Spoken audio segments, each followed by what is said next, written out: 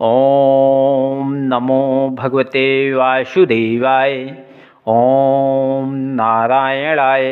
अगली कथा श्याम व बलराम का जरासंध के सामने से उनका मनोरथ पूर्ण करने के लिए भागना। सुखदेव जी ने कहा,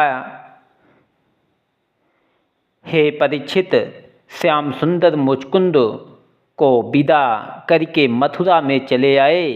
उन्होंने बलराम जी से कहा कि हमने राजा मुचकुंद की दृष्टि से कालेवन का नाश करा के मुचकुंद को बदरी केदार में तप करने के लिए भेज दिया। अब चलो कालेवन की सेना मारकर पृथ्वी का भार उतारें।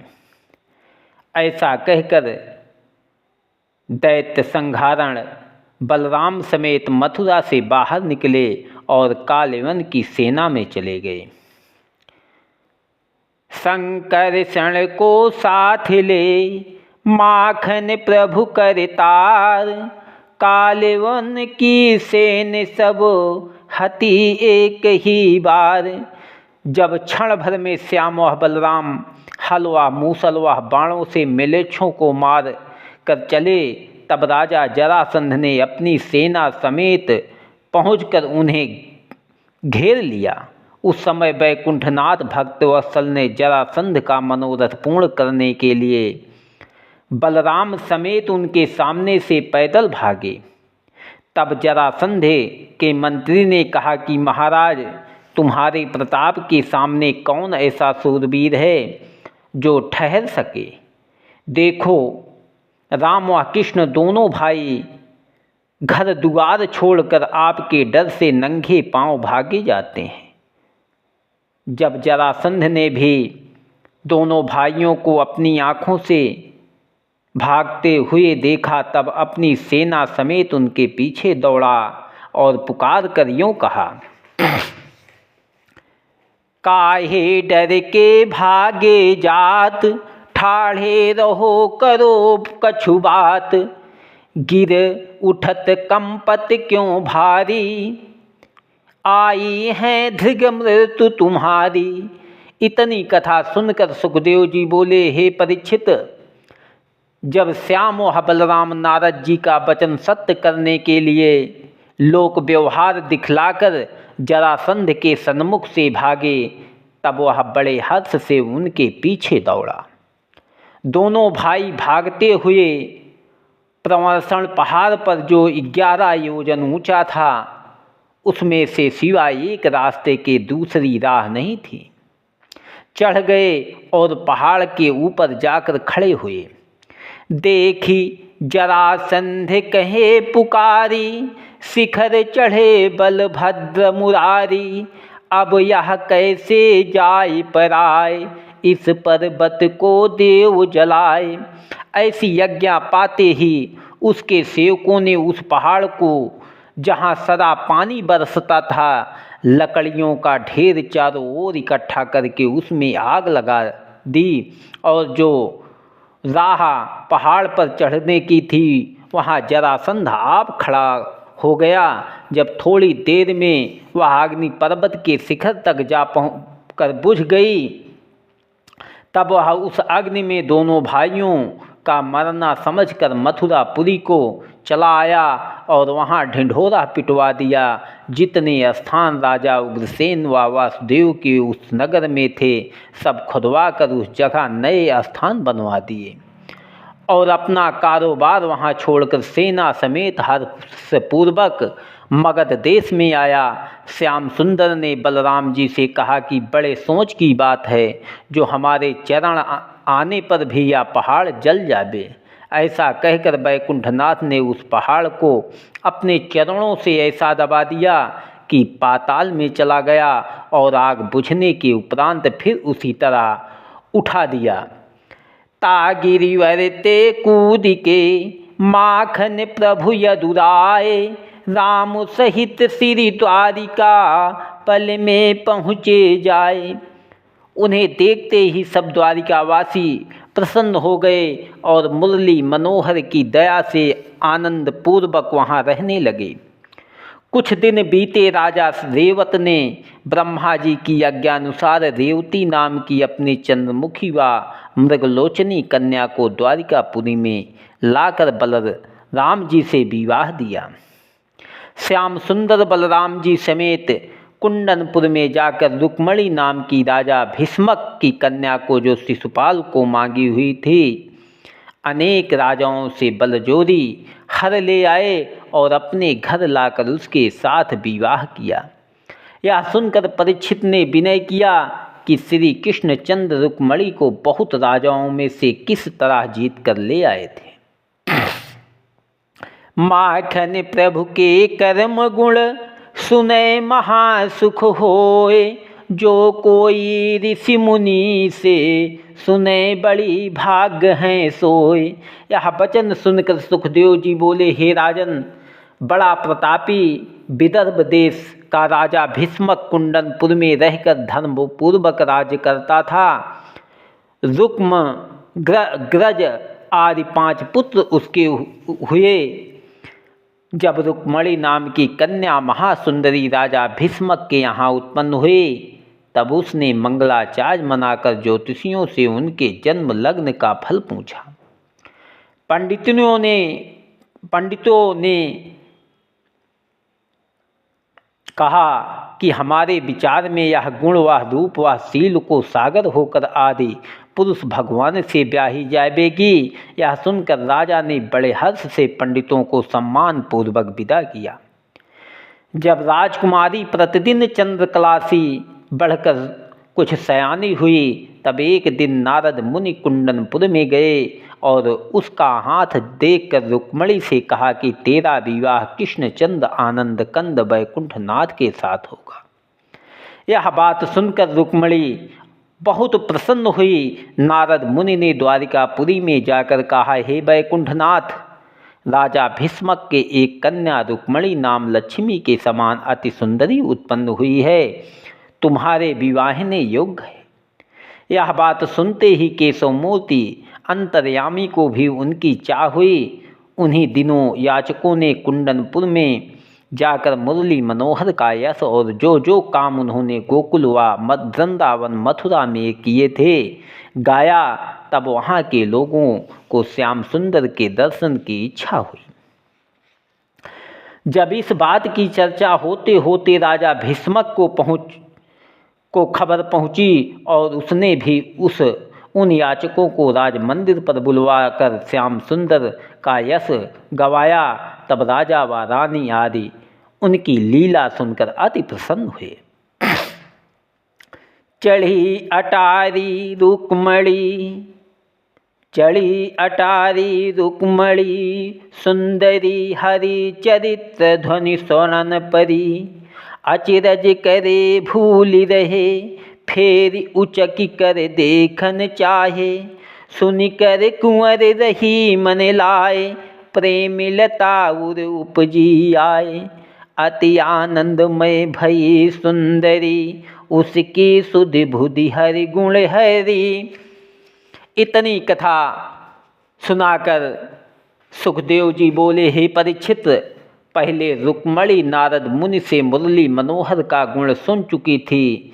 जब उसने याचकों से भी उनकी बड़ाई सुनी, तब उसे उनके साथ विवाह करने की अधिक इच्छा हुई। उसी दिन से रुक्मणी 8 पहर खाते पीते सोते जागते उठते बैठते सांवली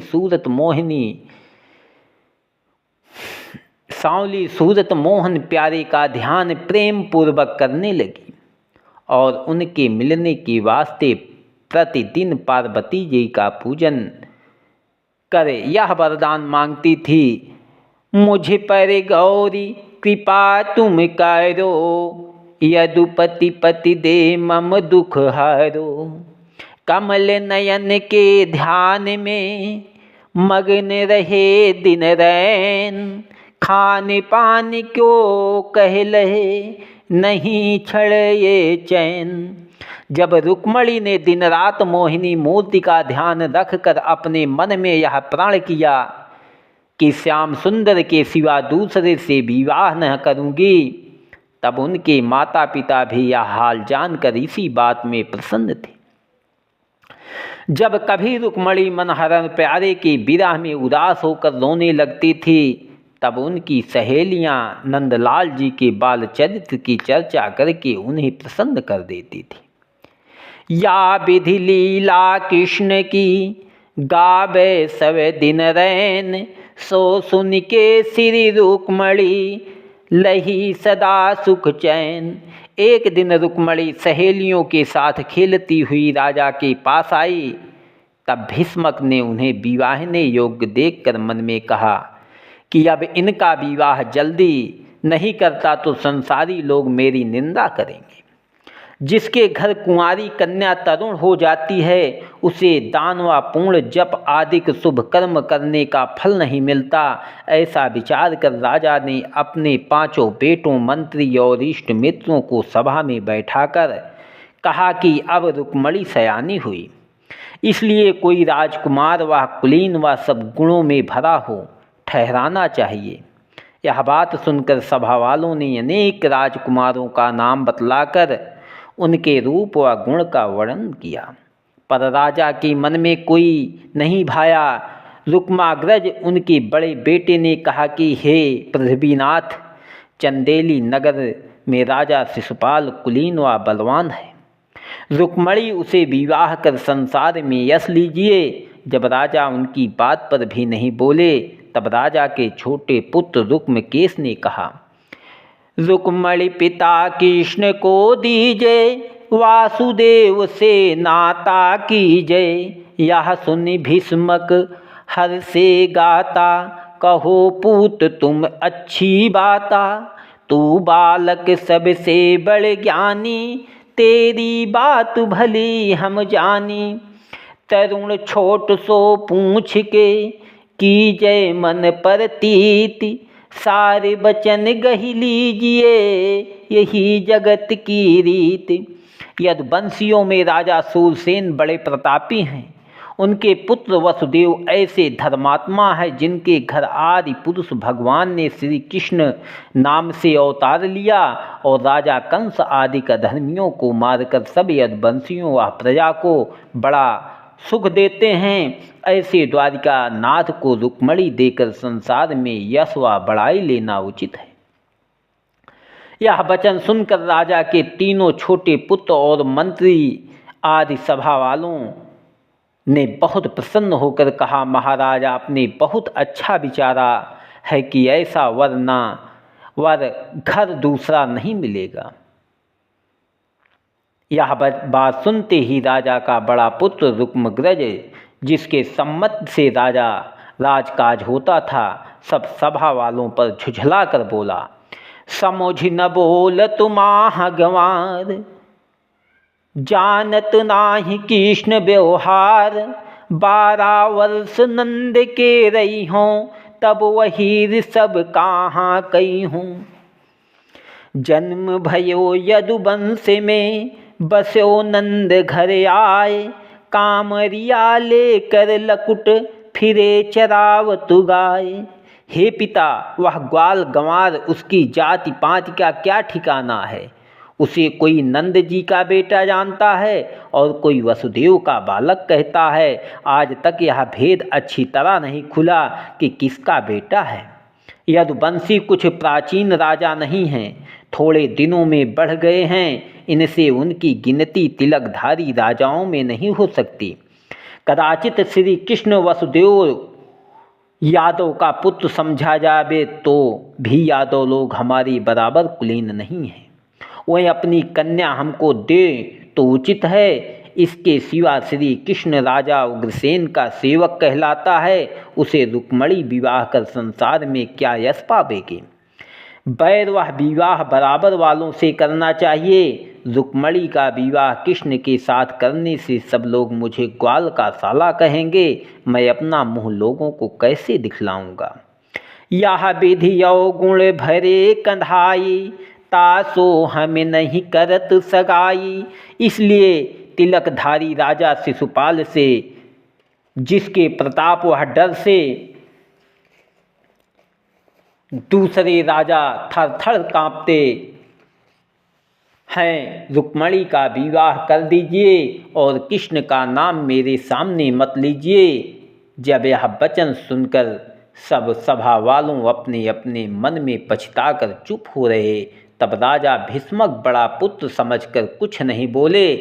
तब राजकुमार ने उसी समय ज्योतिषियों से शुभ लग्न पूछकर एक ब्राह्मण के हाथ रुक्मणी के विवाह का तिलक राजा शिशुपाल के पास भेज दिया। वह ब्राह्मण तिलक लेकर चंदेली नगर में राज मंदिर पर पहुंचा और शिशुपाल ने बड़े हर्ष से तिलक लेकर उस ब्राह्मण को सम्मान पूर्वक विदा किया।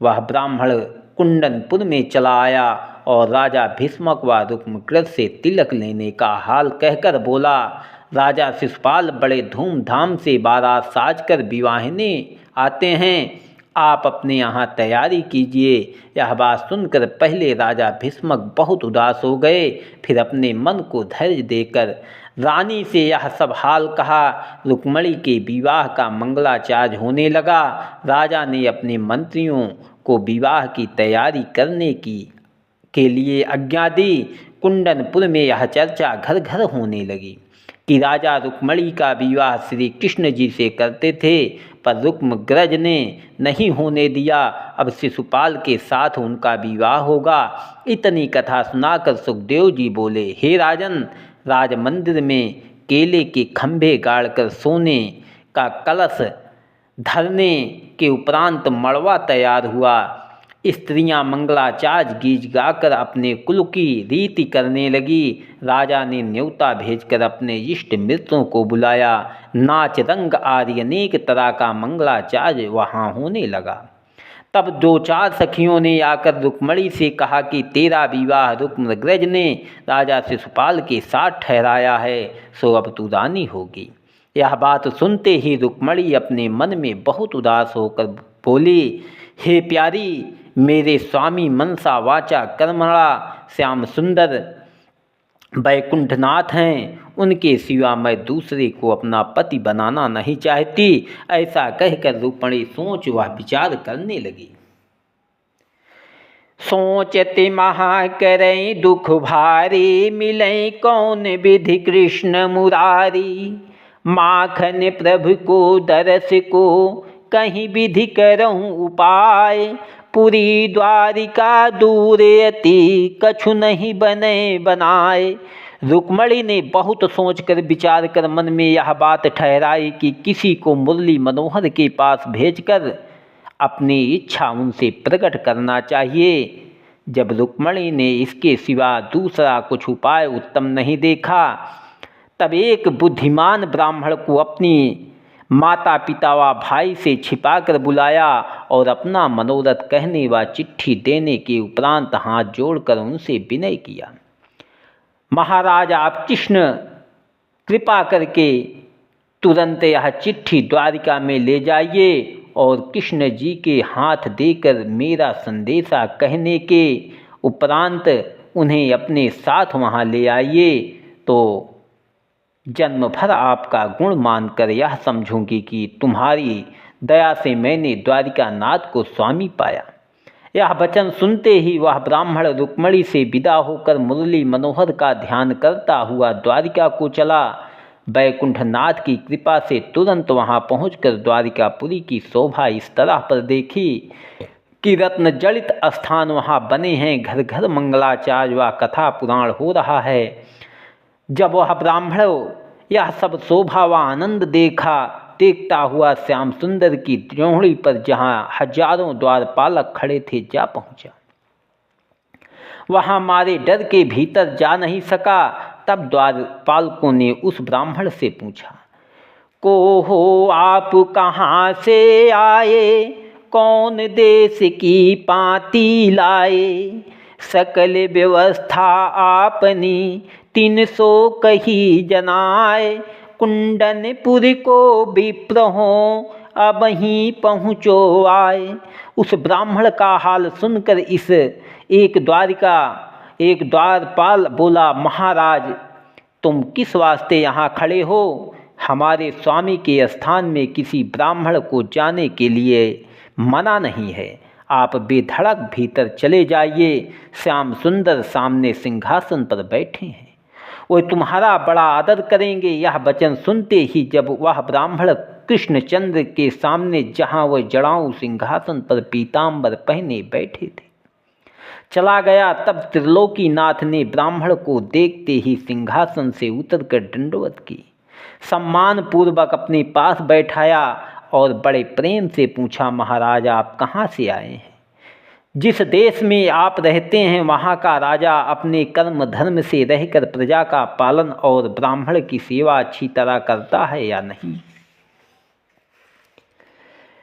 कौन काज यहाँ आवन भायो, दरस दिखाए हमें सुखदायो। कहत बचन धृज राज सो, माखन प्रभु यह भांति। देखत हरि की दीनता, यादव सब मुस्कात।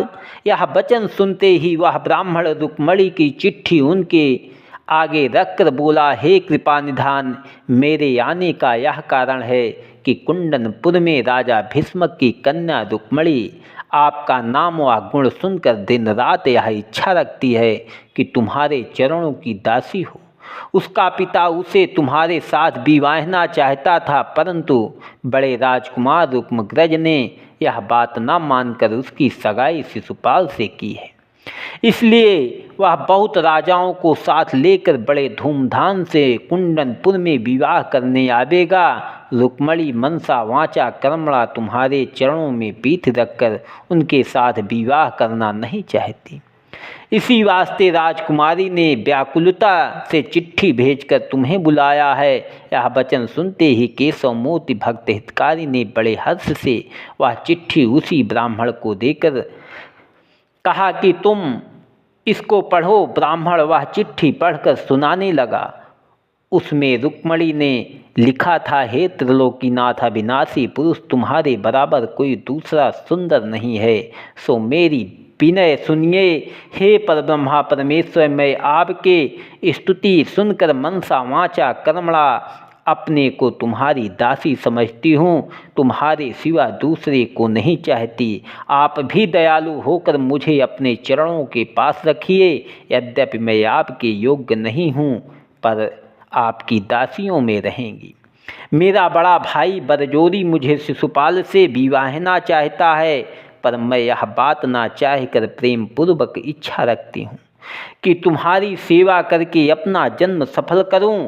कदाचित आप ऐसा कहें कि कुलवंती कन्या ऐसा कर्म नहीं करती कि अपने विवाह का संदेशा आप भेजे। तो हे दीनानाथ, इसका यह कारण समझिए कि तुम्हारी स्तुति जो संसार में प्रकट है, सुनकर मेरी लज्जा छूट गई। तुम्हारे चरणों की रज मिलने के लिए ब्रह्मा व महादेव आदि देवता व सब बड़े योगी व मुनि इच्छा रखते हैं, पर वह धुरी उनको जल्दी नहीं मिलती। मैं मनसा वाचा कर्मणा यह इच्छा रखती हूँ कि उन चरणों की सेवा करके वह रज अपने मस्तक पर चढ़ाऊँ। कदाचित वह धुरी मुझे नहीं मिलेगी तो उन चरणों में ध्यान लगाकर यह तनु छोड़ दूंगी। जाको शिव सनकादि ध्यावे, वेद पुराण वेद नहीं पावे। ताही चरण कमल की आस, मन मधुकर है कीन्हों वास। तुम चाहो या मत चाहो, माखन प्रभु यदुराय। मैं चाहती हूँ आपको प्रेम प्रीति की भाई। हे महाप्रभु, अब शिशुपाल बारात सजाकर कुंडनपुर में मुझे ब्याहने आवेगा, सो तुम बेग आकर शत्रुओं को जीत कर मुझे यहाँ से ले जाओ। कदाचित आप नहीं आओगे तो मैं अपने प्राण तुम्हारे चरणों पर निछावर कर दूंगी और दूसरे जन्म में तुम्हारा भजन करके हरि चरणों के पास पहुँचूंगी।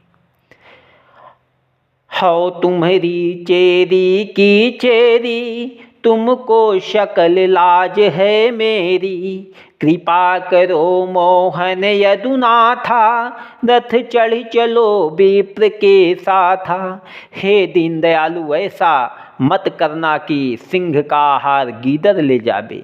कदाचित आप ऐसा कहें कि हम राज मंदिर में से तुझे किस तरह हर ले आवेंगे, सो मैं विवाह से एक दिन पहले देवी जी की पूजन करने के लिए नगर से बाहर आऊँगी। जब वहाँ से फिर कर घर आने लगूँ तब आप राह में से मुझे अपने साथ ले जाना। संसार में तुम्हारा नाम दीन दयालु प्रकट है, इसलिए मुझे महादीन जानकर दयालु होना। जो तुम बेगी न पहुँचो आए, तो मोहि असुर ब्याहि लई जाए।